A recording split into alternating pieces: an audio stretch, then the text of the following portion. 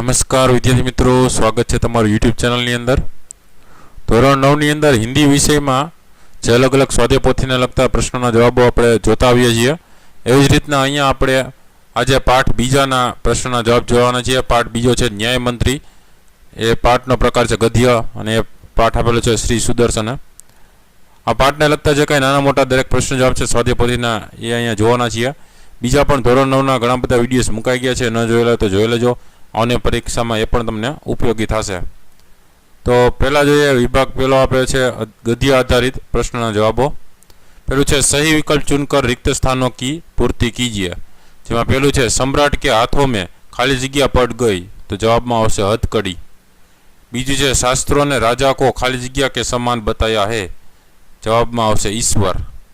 ત્રીજું છે महाराज यह खाली जगह वापस ले लीजिए, मुझसे यह बोझ नहीं उठाया जाएगा, तो जवाब में आवश्यक राजमुद्रा। चौथुं है खाली जगह देकर सम्राट को छोड़ दिया जाए, जवाब में आवश्यक चेतावनी। पांचमું है मैं आपको खाली जगह करने का अवसर देना चाहता हूँ, जवाब में आवश्यक न्याय। बीजो प्रश्न है सही वाक्यांश चुनकर निम्नलिखित विधान पूर्ण कीजिए।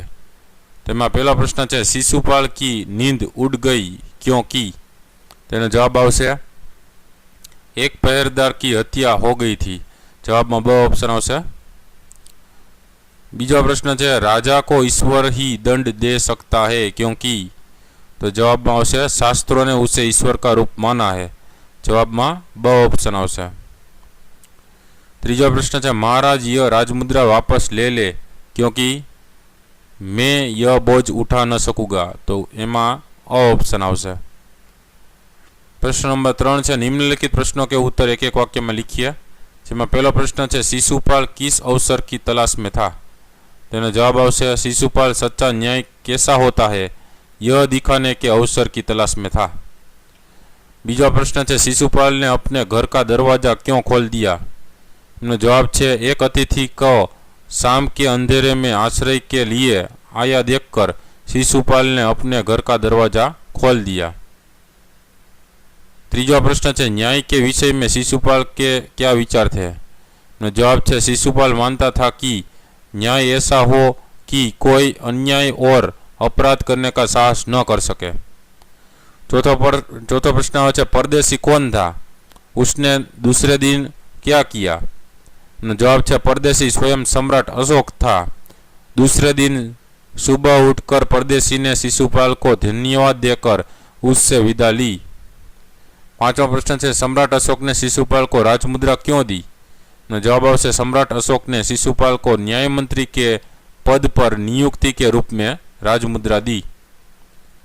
छठा प्रश्न है राज्य में न्याय के विषय में परिस्थितियां कैसे बदल गई, जवाब है शिशुपाल के न्याय मंत्री बनते ही राज्य में पूरी तरह शांति रहने लगी, किसी को किसी प्रकार का भय न रहा। सातवां प्रश्न है पहरेदार की हत्या होने पर शिशुपाल की स्थिति कैसी हो गई, जवाब है पहरेदार की हत्या होने पर शिशुपाल की नींद उड़ गई और अपराधी का पता लगाने के लिए उन्होंने दिन रात एक कर दिए। आठवां प्रश्न है अपराधी का पता चलने पर शिशुपाल ने क्या किया, जवाब है अपराधी का पता चलने पर शिशुपाल ने सम्राट अशोक को गिरफ्तार करने का आदेश दिया। प्रश्न नंबर 4 है निम्नलिखित प्रश्नों के उत्तर 2-3 वाक्यों में लिखिए। જેમાં પહેલો પ્રશ્ન આવે છે सम्राट अशोक ने शिशुपाल को दरबार में क्यों बुलाया, जवाब है सम्राट अशोक शिशुपाल को न्याय करने का अवसर देना चाहते थे।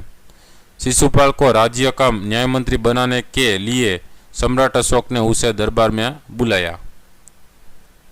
बीजा प्रश्न આવે છે न्याय मंत्री ने अंत में क्या निर्णय दिया, जवाब है न्याय मंत्री ने सम्राट को फांसी की सजा दी परंतु उनके स्थान पर सोने की मूर्ति को फांसी पर लटका देने का आदेश दिया। प्रश्न नंबर 5 निम्नलिखित प्रश्नों के उत्तर 5-6 वाक्य में लिखिए। पहला प्रश्न है सम्राट अशोक ने न्याय मंत्री की खोज कैसे की, जवाब है अपने राज्य को अपराध मुक्त करने के लिए सम्राट अशोक को एक सुयोग्य न्याय मंत्री की आवश्यकता थी। न्याय मंत्री की खोज के लिए उन्होंने एक परदेशी नवयुवक का वेश धारण किया। घूमते घूमते वे ब्राह्मण शिशुपाल के यहाँ पहुँचे। शिशुपाल न्याय प्रेमी था। न्याय किसे कहते हैं, यह दिखाने के लिए उसे अवसर की तलाश थी। सम्राट अशोक ने उसे अवसर दिया। हत्या का अपराध होने पर शिशुपाल ने निष्पक्ष व्यवहार किया। उसने सम्राट को मृत्युदंड देने की घोषणा की। उसके इस साहस और निष्पक्ष व्यवहार से सम्राट प्रसन्न हो गया। इस प्रकार सम्राट अशोक ने सही न्याय मंत्री की खोज की। बीजा प्रश्न आवे छे, सम्राट अशोक ने न्याय मंत्री का पद देते हुए शिशुपाल को क्या दिया? जवाब है, सम्राट अशोक ने शिशुपाल को अपने दरबार में बुलाया। उन्होंने शिशुपाल से कहा कि मैं आपको न्याय करने का अवसर देना चाहता हूँ। शिशुपाल भी इस अवसर के लिए तैयार था। यह जानकर सम्राट ने उन्हें न्याय मंत्री बनाया और पहचानने के लिए उसे राजमुद्रा दी। तीजा प्रश्न है, सम्राट अशोक क्यों गदगद हो गए? जवाब है, सम्राट अशोक ने शिशुपाल को न्याय का असली रूप दिखाने का अवसर दिया था। उन्होंने देखा कि शिशुपाल न्याय की कसौटी पर खरा उतरा है। हत्यारे सम्राट के प्रति उसने जरा भी नरम रुख नहीं अपनाया। उसने अपराधी सम्राट के प्रति उसने जरा भी नरम रुख नहीं अपनाया। उसने अपराधी सम्राट को मृत्युदंड देने की घोषणा की। दंड देते समय शिशुपाल ने जरा भी हिचकिचाहट नहीं दिखाई। अपने साहसपूर्ण और निष्पक्ष व्यवहार से उसने सम्राट का दिल जीत लिया।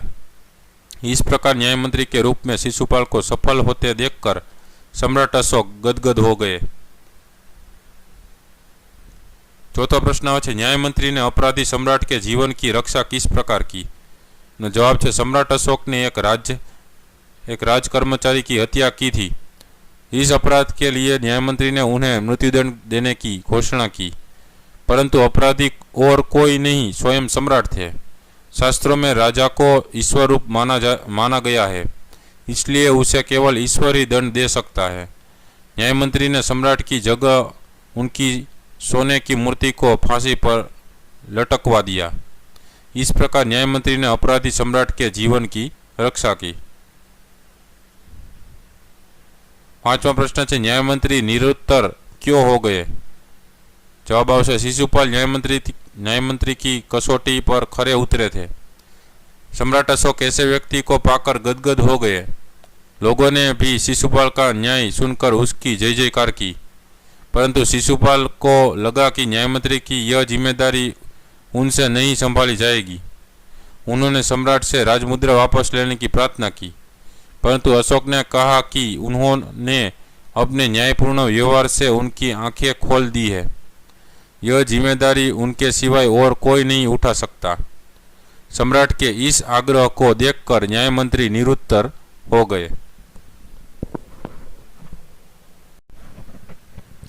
ત્યાર પછી વિભાગ બીજો આવે છે વ્યાકરણ આધારિત પ્રશ્નોના જવાબો। પહેલો પ્રશ્ન છે, નિમ્નલિખિત મુહાવરો કે અર્થ દેकर वाक्य में प्रयोग कीजिए। पहलू है डंका बजाना, एनो मतलब था सुप्रसिद्ध होना। वाक्य है, नए पुलिस कमिश्नर ने कुछ ही दिनों में राज्य में अपनी कर्तव्य निष्ठा का डंका बजा दिया। बीजू आवे छे सहम जाना, मतलब भयभीत हो जाना। वाक्य है, अपने घर पर पुलिस को आई देखकर मैं सहम गया। तीजू आवे छे कलेजा धड़कना, मतलब चिंतित होना। वाक्य है, पड़ोस में गोलियों की आवाज सुनकर चौधरी का कलेजा धड़कने लगा। चौथू है धूम मचाना, मतलब सुप्रसिद्ध हो जाना। वाक्य है, संगीत इतना मधुर था कि नौशाद के नाम की धूम मच गई। पांचमू है नींद उड़ जाना, एनो मतलब था से बहुत चिंतित होना। वाक्य है, पुलिस के आने की खबर सुनकर सेठ जी की नींद उड़ गई। छठू है रात दिन एक करना, मतलब कड़ी मेहनत करना। वाक्य है, परीक्षा में सफल होने के लिए उसने रात दिन एक कर दिए। सातमू है होठ काटना, मतलब क्षोभ प्रकट करना।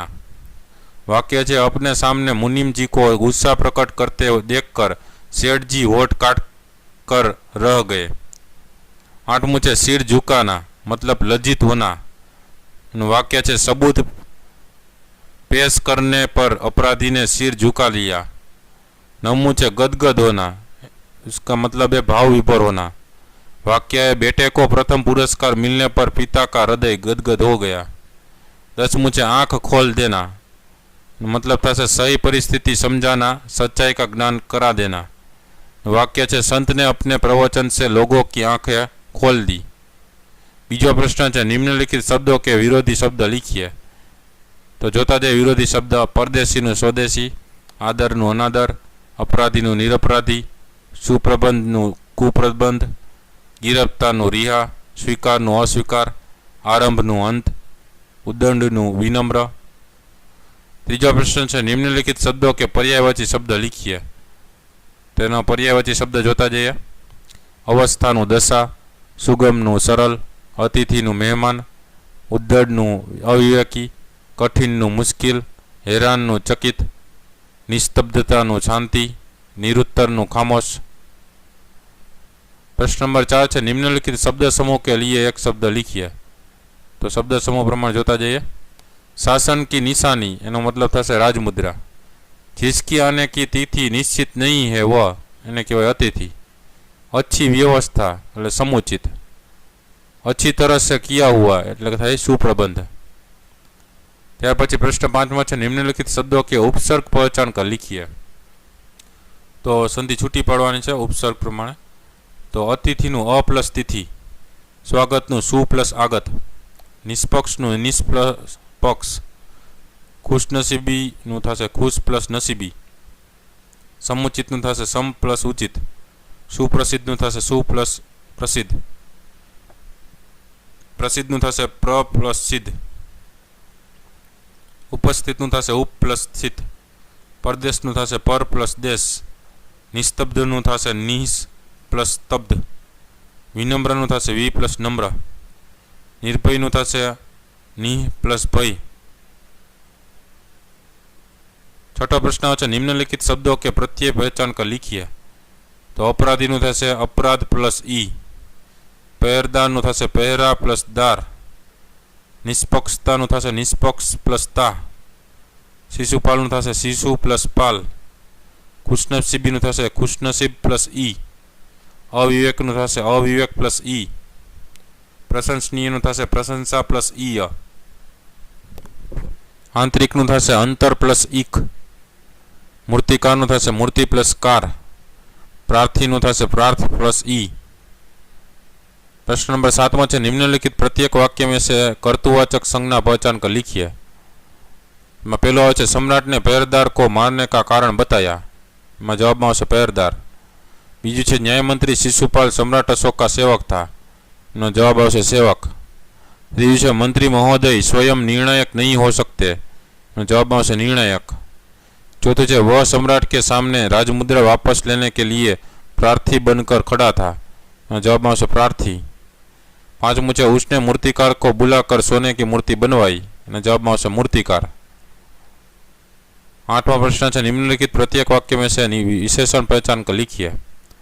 पहलू है उसने अपराधी सम्राट को मृत्युदंड देने की घोषणा की। जवाब में आवशे अपराधी। बीजू है न्याय मंत्री राज्य की आंतरिक व्यवस्था ठीक करना चाहता था। जवाब में आवशे आंतरिक। तीजू है न्याय मंत्री की न्याय देने की प्रक्रिया प्रशंसनीय थी। जवाब में आवशे प्रशंसनीय। चौथुं है शिशुपाल ने निर्भय होकर न्याय किया। जवाब में आवशे निर्भय। पांचमू है सम्राट के प्रति उसने जरा भी नरम रुख नहीं अपनाया। जवाब में आवशे नरम।